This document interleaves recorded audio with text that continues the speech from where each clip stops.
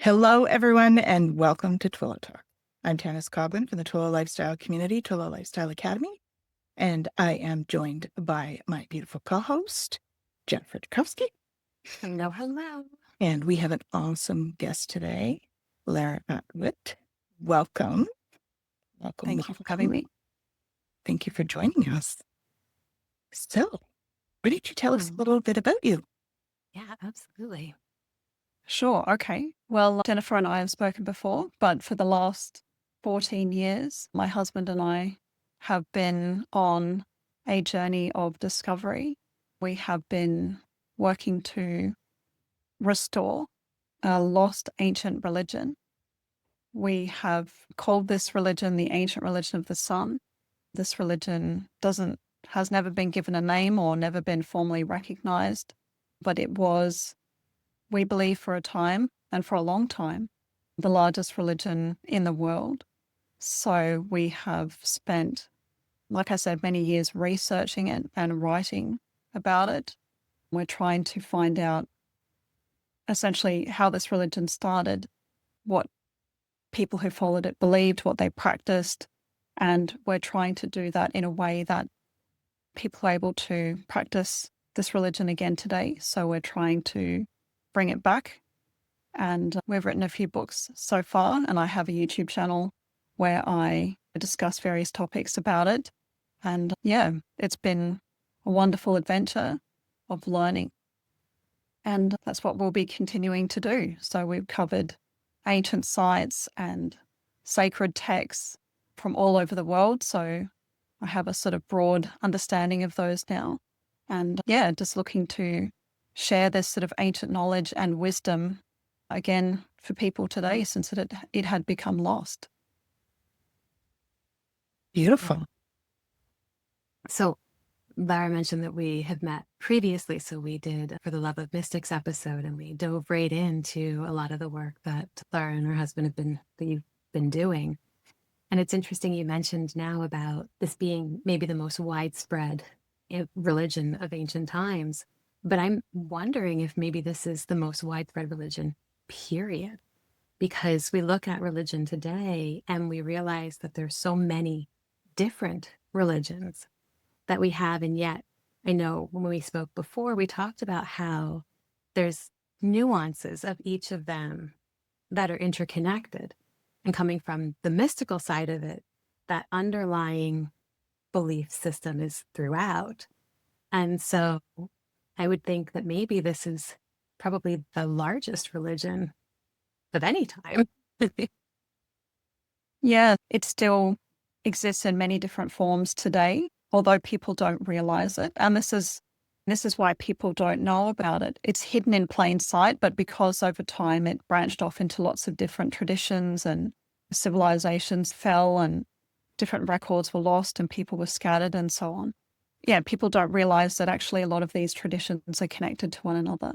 So just to give a background for your audience, if they don't know, the religion of the sun basically held the sun as the highest form of divinity. So it saw it as the highest manifestation of the source that we can see in the world. And so once you start thinking about cultures that venerated the sun, you can immediately start listing off ancient Egypt, a lot of the Native American cultures, and that's right through the Americas, ancient civilizations like the Persians, all the ancient religions of Europe. You can think of the Druids with Stonehenge and many, many other traditions that are lesser known throughout the world. And a lot of those religions have carried on in some form today or have influenced religions today. And so it's hiding in plain sight. A lot of people know that lots of different cultures venerated the sun, but they haven't realized that actually those religions and traditions are connected to one another. So that's something that we only realized partway into our journey. And it was a very big shock. So we actually, like everyone else, thought that all these different cultures were doing their own thing and had their own sort of traditions. But at some point, it dawned on us, and of course, it makes sense. You see all these pyramids across the world, for example, pyramids in the Americas, pyramids in Egypt. You even have pyramids in Asia and on islands off the coast of Africa. And it's just a widespread practice. And a lot of these pyramids were aligned to the sun. And you think, well, of course, they're building the same sacred structures and aligning them to the same sacred days because they followed the same religion. So today, the celebration of the sun continues. We have Christmas around the time of winter solstice, and a lot of different Indigenous traditions still celebrate the major days of the sun, the transitions, the solstices and equinoxes. So it is still very much present, but it's just people don't make the connection. Yeah, I mean, even so I'm a Wiccan high priestess, and so the moon and sun are very prominent in our framework. What I like to call it. So, that resonates with me, what you're saying. For sure.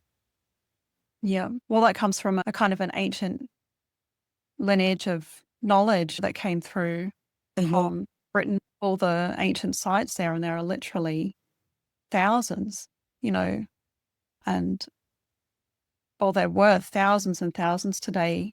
How many are left? Hundreds, all of them aligned to the solstices and equinoxes. Yeah. These date from thousands of years ago, some of them from 5,000 BC. And it shows it's a very, very old tradition where people were building huge structures, megalithic stone structures, and aligning them to either a solstice or equinox, showing how important the sun was in their religion, was an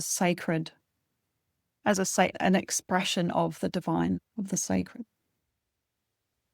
Definitely. Yeah. But I love that the expression of the divine. So when you were speaking earlier and you were talking about the sun being in the physical, what we're able to see to be the closest kind of representation of it. Because I know people might go, oh, well, the sun, why are we, worship that? What is the importance of that? So to understand that it's that representation of the divine, as opposed to the sun itself being all that is, right? Or that creates. That's right. But the representation of it, I think that's a really powerful way that you're explaining it for people to understand the power that's there.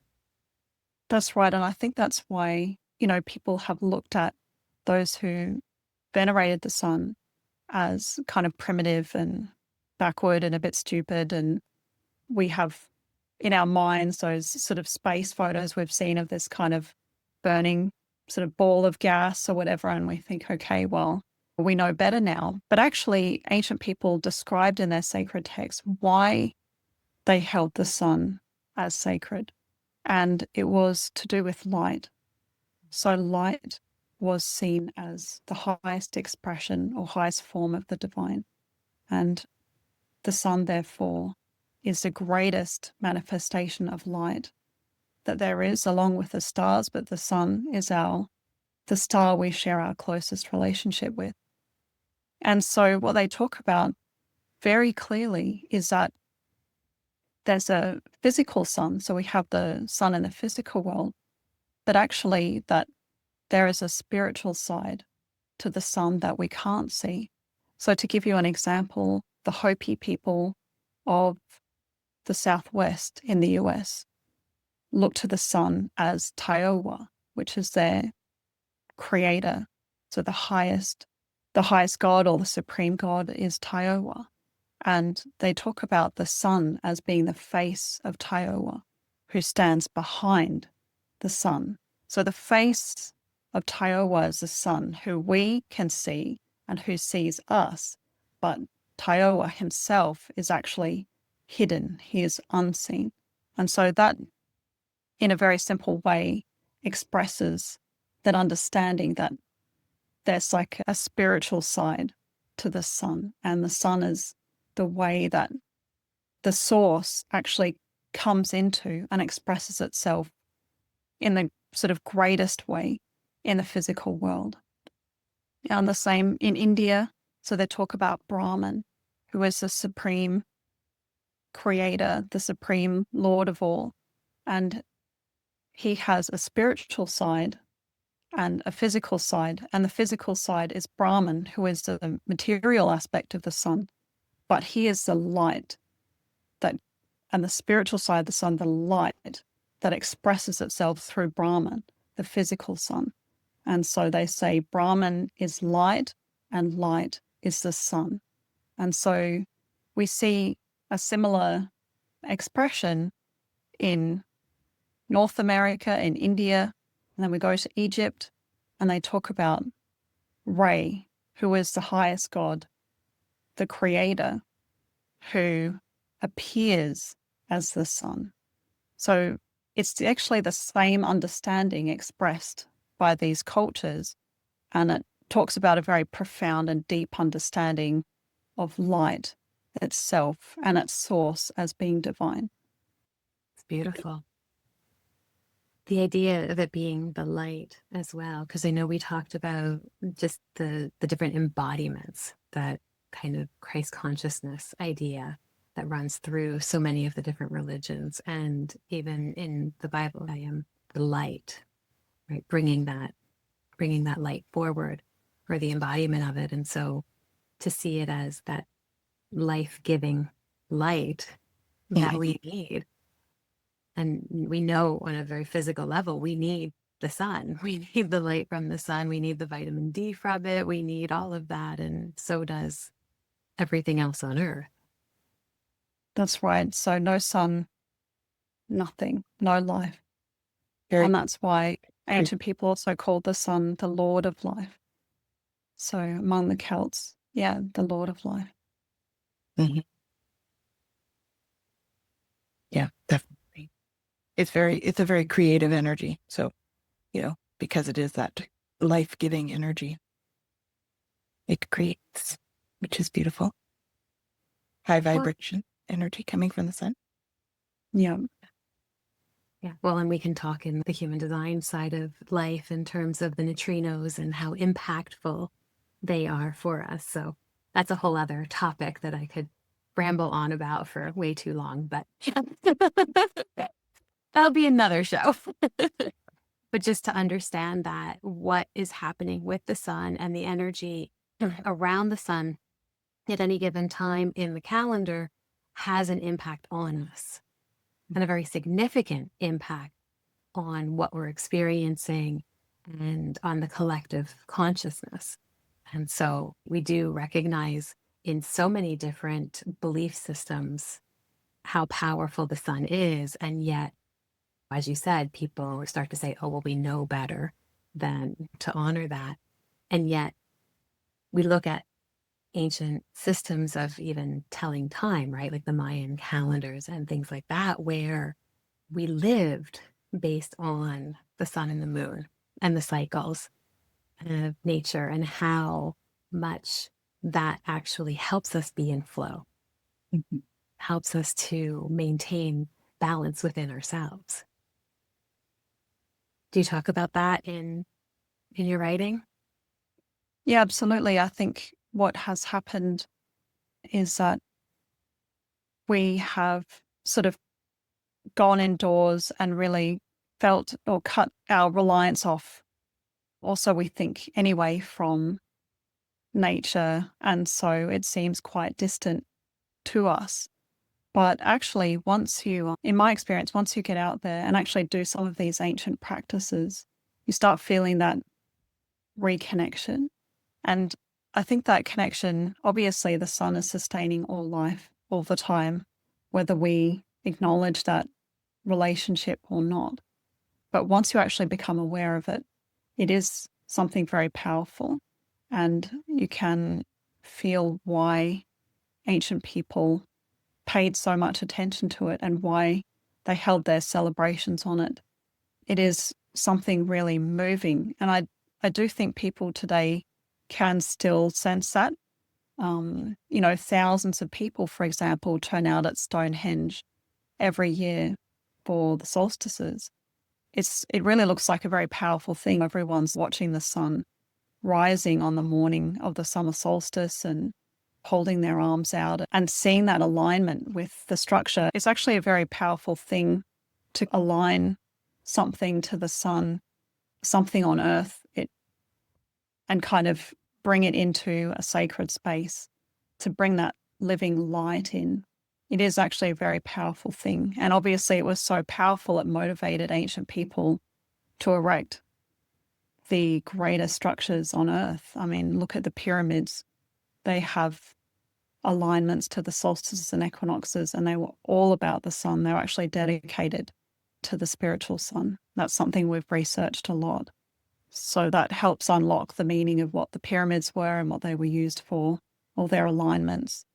So yeah, people I think do have like some kind of intuitive feeling to go back to that and experience the power of what ancient people were feeling. It's very palpable, very tangible thing once you get out and actually experience it. Well, and is there a lot of research on the 11-year cycle of the sun? I know they've talked about that a little bit recently with the solar flares and stuff, that there's an 11-year cycle. Oh, right. No, I did not know that. So I haven't looked into the sort of more sciencey sort of aspects of the sun or its cycles, but I have heard some of the work of Rupert Sheldrake, who talks about how he thinks there is evidence that the sun is conscious, which is very interesting, and how it appears that the sun is somehow controlling its solar flares so as not to destroy Earth. So it actually ejects things as the Earth is not in the path. And he cites that as evidence that the sun knows what it's doing, which is very interesting. Mm-hmm. Yeah, it's the research that I've seen on the cycle is that the 11-year cycle is it's much more active in terms of solar flares and that sort of thing coming towards at least our direction, not necessarily directly at us, but going by the atmosphere. And so it can bump up against us in terms of the energies and create change, basically. Oh, wow. Interesting. Yeah, I think in that light, it's talking about how the energy from the sun can help us to have our own kind of transformation. Yeah. To be able to see things differently and to come to terms with things, to release things. I know we often talk about the moon in light of let's release on the full moon and set intention on the new moon and stuff like that. But there's so much power in the energy that comes from the sun. And so to be able to be in alignment with those cycles, I would think even in the calendar year, like the equinoxes and the solstices and all of that, to base kind of our intentions around growth or release. That would be a really powerful part of the practice. Yeah, so the solstices and equinoxes, it's interesting because ancient people picked these out as very special times. So just to give you an example, another one, we've spoken about Stonehenge, but then you have the Great Sphinx. So the Sphinx gazes directly due east, and that is at the place where the sun rises only on the equinoxes, which is the 2 equinoxes a year.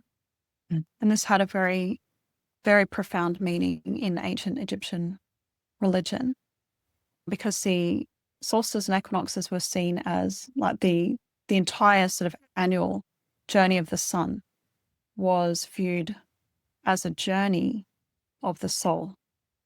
And so the solstices and equinoxes move through essentially like a phases of light and darkness. So if you take it starting after the summer solstice, darkness begins to grow. And then at the autumn equinox, darkness becomes greater than light. So nights become longer than days. And then we move to the winter solstice, which is the darkest time of the year, but from which the sun and the light appears to be reborn. We move to the spring equinox when light becomes greater than darkness. So days become longer than nights again. and then finally the summer solstice when there is most light. And so this was seen as like a journey, and you have ancient deities and figures remembered as experiencing major life events at these times. And so probably most people are familiar with Jesus, the birth of Jesus being commemorated around the winter solstice, which is interesting because that's when the sun appears to be reborn from the darkness. Mm-hmm. And then he experienced his death and then resurrection, or coming back to life around the spring equinox, when the sun and the light appears to overcome the darkness. But it's not just Jesus. There were figures like Mithras and Hunhanafu in North America and South America, Viracocha in South America, ancient Celtic deities and like Lu in Britain. So these ancient gods were actually showing a path of transformation that the soul can actually move through. And so the solstices and equinoxes had a more profound, a sort of deeper meaning for those who are interested in self-transformation. And we see them used in mystery schools, like in the Mithraeums beneath Rome, where initiates would actually walk a path through the ancient temples that followed the path of the sun, the solstices and equinoxes, in the hope of achieving their own spiritual immortality and being able to ascend to heaven in the afterlife. So, and of course in Egypt with the journeys of Ra and Osiris, so I mentioned the Sphinx, which symbolized the resurrection of Osiris occurring at the spring equinox, like the resurrection of Jesus later would. So this is actually an ancient, very ancient kind of mystery, form of mystery teaching, but it's something that just applies to all of us, wherever we are in our particular journey. These principles have something very deep and profound to tell us about, for example, the autumn equinox, having to face darkness if we wish to attain light. We have to face our own inner darkness to reach the light of consciousness within. We have to go through difficulties and suffering and learning in life to gain wisdom, to gain knowledge, to gain a greater understanding that gives us that capacity to love more and to find real and lasting happiness. So, these times of year are actually just a really great time to reflect on these profound lessons and profound wisdom teachings from the past, and to actually experience that in nature. So I've done ceremonies. I do them each solstice and equinox based on ancient traditions, and it's quite a powerful and moving thing to feel this sort of transition in nature, but reflecting something about the transition and the journey of the soul. Beautiful. When you were talking about that ability to face the darkness, so much of the work that I do in my day job is helping clients to be able to sit with the really difficult stuff, the things that we consider the dark parts of who we are, and how do we hold space for and show care and compassion to these parts of ourselves so that we can move forward, as you're saying, into that light space, not by getting rid of them or dismissing them, but by holding them and pouring that love into them so that they can also come with us into the light. And so it's just such a beautiful thing to hear as you're sharing about the way that, even looking at the equinox and how that can be a time where we really embody that energy, and we can do rituals, meditations, and things around holding space for what is possible with that practice. Yeah, so I think that's very interesting, because I think there is a tendency to just look to the light and want the light, and to not acknowledge that actually there is darkness for a reason. It has a purpose in nature, and that kind of is, again, a reflection of its purpose in our lives. Things go through cycles and struggles, and that's what actually makes us stronger. They're the times often that we learn the most about ourselves, is when we're challenged and we have to rise and overcome those challenges. And that's what forges that strength and understanding, and having to overcome things like fear, having to be in difficult situations where, that we feel oppressed, or we have to rise above our anger and frustration and so on to feel compassion and actually care for others and so on. So yeah, it's a great way of understanding the purpose that light and darkness both play in life without negating or neglecting the other. Mm-hmm. Well, I mean, universal law is that there's this duality. Yeah.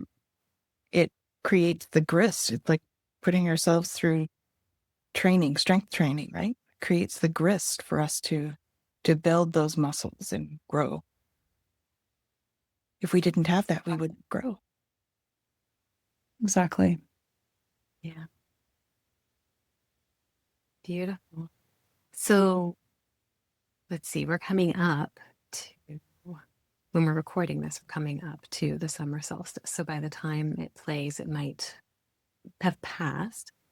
But what is something that we could look to in terms of maybe something to do next year for it, or maybe looking to the fall, since we'll be coming into the autumn equinox? What's something that, as a kind of home play idea, like what is something that viewers can do to honor? Well, yeah, let's say the fall one, because this will probably air right before that. Sure. Okay. Well, yeah, continuing on the theme of autumn equinox. So just to give a bit of a background in terms of autumn equinox traditions. So one of these comes from ancient Egypt, another one from ancient India. So I'll just talk about these two. So in Egypt, you also have an alignment at the Great Pyramids to the autumn equinox. And so this sort of cycle from autumn equinox to spring equinox was symbolized by the sun descending into the darkness, which was seen as actually being swallowed by the goddess. So this was the goddess Nut, and she swallowed the sun, and she took it into her body, and it was going through her body into her womb. And it was at the spring equinox that the sun then was reborn from her womb. So it's like it's traveling through the dark half of the year as it's traveling through the darkness inside of the goddess's body. And it was Ra, the sun god, who traveled through her body. And this is actually also symbolized by the alignment of the descending passage of the Great Pyramid. And Ra had to descend into her body, which was also called the Duat, the underworld, and face lots of different trials and enemies. And it was a goddess that actually helped him overcome his obstacles so that he could be transformed in the darkness and to emerge and be reborn back into the light. So that's a tradition about that self-transformation of having to overcome difficulties. Again, in India, they have a huge celebration of the goddess. So this is the goddess Durga. It's the Durga Puja is a celebration. It's thousands of years old, and it's probably the largest celebration of the goddess in the world. It's celebrated by, I can't remember if it's how many millions of people it is. And what they celebrate is her victory against a demon. And he is part man, part bull, his sort of this fearsome demon. And she wages battle against him and his legion of demons to overcome them and save everyone from evil. This story is known to have a deeper meaning, that actually Mahesura, which is the demon, and his many asuras are symbolic of all the different defects or sins that we carry within ourselves, the desires that cause us misery, passions. So things like, of course, hatred and envy and all these different sort of negative emotions. And so what she's really standing for is the power of the divine that can defeat those negative emotions and allow us to be released into the light. So there are lots of different songs sung at Durga Puja, which pray to the goddess for self-transformation, essentially to help us overcome those darker aspects of ourselves. So we see a similar theme in both places. And so a very simple ritual or ceremony that anyone can model based on these ancient traditions is to go particularly at sunset. So this is the time most relevant to the autumn equinox because the daily cycle is like the yearly cycle in kind of miniature. Sunset is like autumn equinox, sunrise is like spring equinox. So sunset ceremony just before or sometime before the sun sets, sit out and really just reflect on those things that are holding us back, those obstacles that we're facing in our lives. And it's really acknowledging and understanding the role that the divine has in helping us to overcome those and to face and meet those challenges.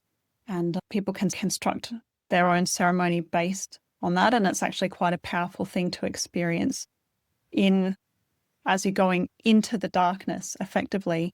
It's kind of like that sense of going into the darkness within yourself to face what you need to there to be able to change and grow. And maybe we can talk a little bit about what that means for you, the ceremony or the rituals around that sort of practice. Are there specific components of a ceremony when you're putting one together? You mentioned making a ceremony for yourself. So maybe we could tell our listeners or viewers what that would entail to create a ceremony for themselves. Sure. So this is something that we outline in our book, Ancient Solstice.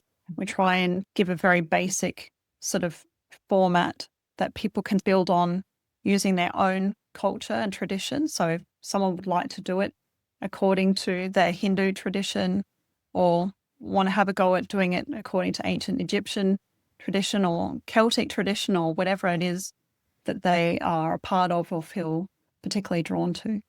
And basically, you just look at the meaning of the actual event, which we've just spoken about, and then you draw on the symbols from the tradition that you're working in to symbolize those things in your ceremony. So a very important part of it is having a sacred space, obviously. So working out what that sacred space is in your tradition, if it's can be just very simple, like a few standing stones or like a little wood circle. It's really good to do it outside if you can, weather permitting.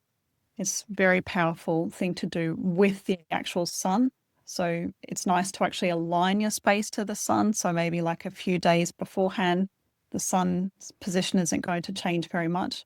You actually can create an entrance into your sacred space. But that's like a little avenue of stones. It can be, again, very simple. But the principle is the same. And it's quite a thing to see the sun rise through or set through, in this case, in alignment with the stones and have your sacred space with an altar. It's good to use something like, a candle or a sacred sort of fireplace to be able to light a fire. The fire is also connected to the sun, the same energy. And so it's always been used in sacred places and rituals because it's actually connected to the divine and to the sun. Again, that's something ancient people have talked about in their sacred texts. And then it can be as simple as, doing a mantra if you wanted to, or doing some readings from sacred texts that are relevant to the occasion. And again, incorporating symbols.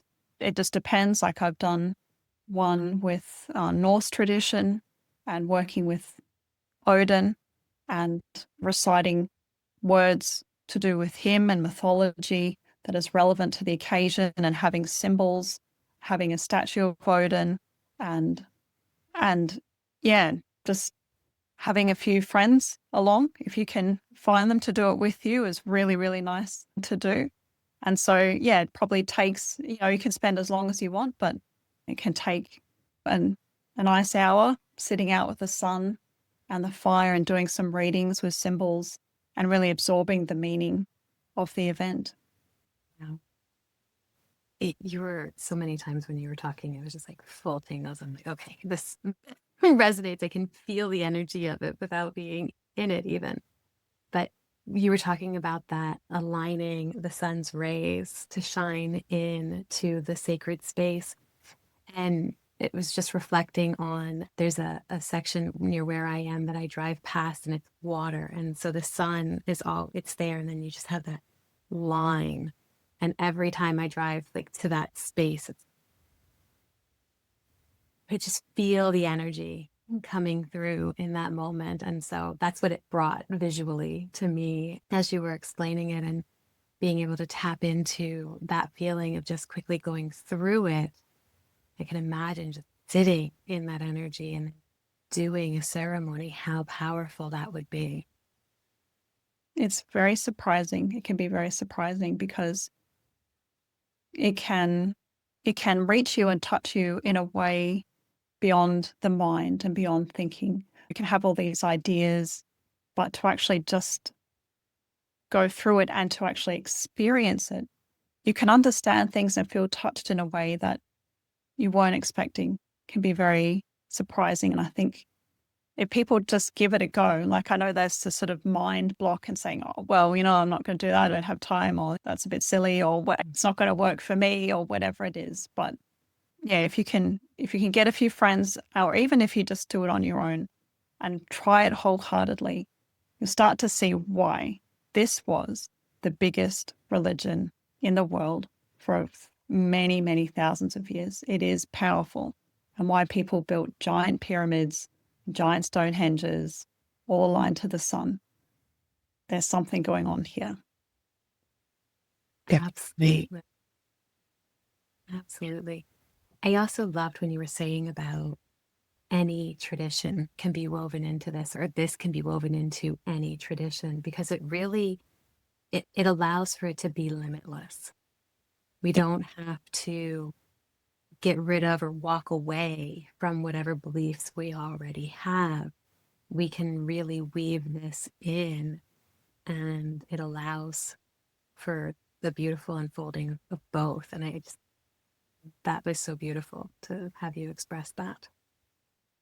Well, and I love the fact that you're saying just give it a go, because people don't understand what it feels like to be in ceremony if they've never been there before. Yeah. And it is a beautiful, it is something that you feel in ceremony, the energy that comes down and from the sun in this case.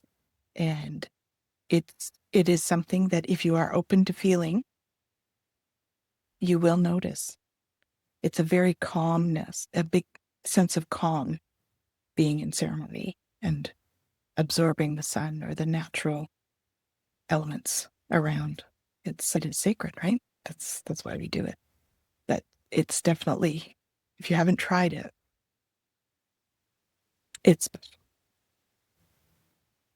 Beautifully put. I totally agree. Often I think people think about meditation.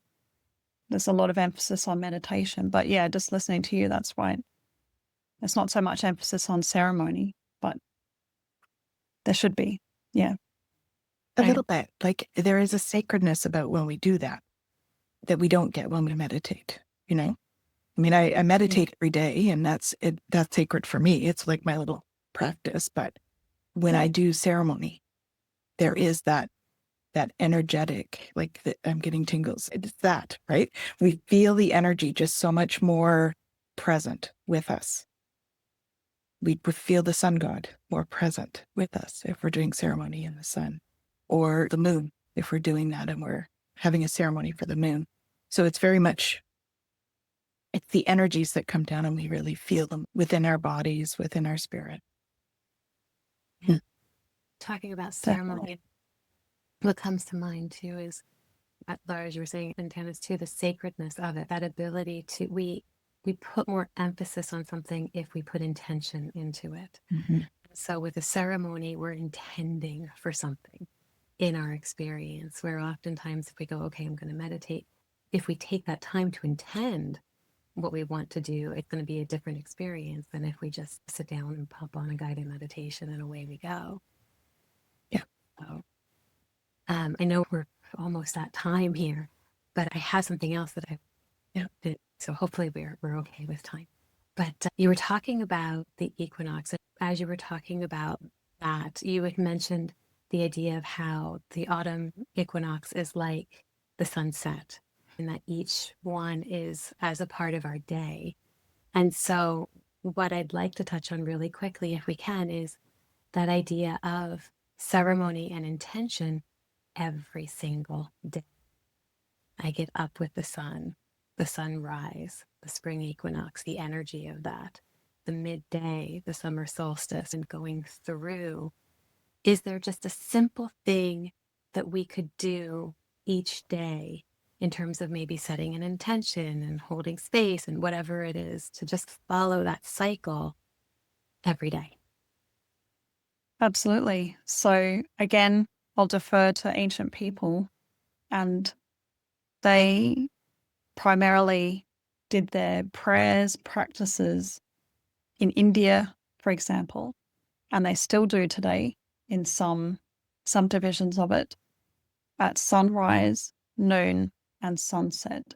So these three main transitions of the sun were the most important times in ancient Egypt. You can see from archaeological evidence as well.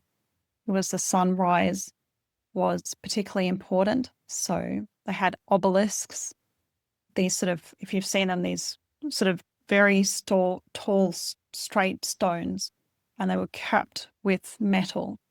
And that was so, if you've ever been around sunrise when there are tall trees, you see them, the tips of those sort of light up first. And so that was the idea of the obelisk, that it would herald that the sun was coming. So it would shine with light. And it was known then that sunrise was not far away. And so they could time their temple activities to be exactly at sunrise and capture that moment. In India, they would do practices, like I said, they still do today. And it's about connecting with source through the sun. So Brahman. And the practice they would do is like a kind of meditation style practice where you actually feel your connection with the sun. And it's quite a kind of an elaborate practice. But to just feel that connection with the sun is something I do as many days as I possibly can, as long as it's not raining or just terribly cold and awful outside. But yeah, getting up and actually feeling that connection to the sun. So they would use the mantra Om and feel how part of the source was within them. And so the source is shining to them through the sun, and the part of the source is shining in them. And you feel that connection between the two. You feel your connection to the source. And so the sunrise is a particularly magical time. It has a special kind of spiritual quality before the sun, and its material aspect gets too strong. And so they would sit and feel their connection with the sun, particularly at sunrise and sunset, those magical times, doing mantras and meditating. But of course, there are other ways to connect with the sun, that you don't have to sit outside just at those times. I like to have an altar and light a candle and say a prayer or mantra to the source as the sun. And like you said, just feel that divine connection with the divine to start the day. Set my intention, like you said, as one of connection with the divine as much as possible through the day. And it's a nice way of coming back to what's important to you for the day, is that, divine connection and maintaining it. So, yep, that can be done again at sunrise and sunset. Do a combination of them, and then anything up from there if you've got time. It's often difficult to do every day, but even something simple like ancient people were doing, it can really profoundly affect your day. Yeah, I think people tend to think of ceremony being lengthy. Well, if I'm going to do ceremony, I need to have a whole hour to do this. But it doesn't have to be. It can be just a 5-minute, or light a candle, have intention, and set the intention for the day. And it is ceremony in it. If you've got the mindset for it. Exactly. Yeah. Thank Thank you so much for sharing your wisdom today with us. Definitely. It's been such an honor. Thank you so much for listening. Thank you. I've actually gained a lot from speaking to you both as well. Thank you very much. Thank you. And to our viewers, thank you. And we'll see you next time.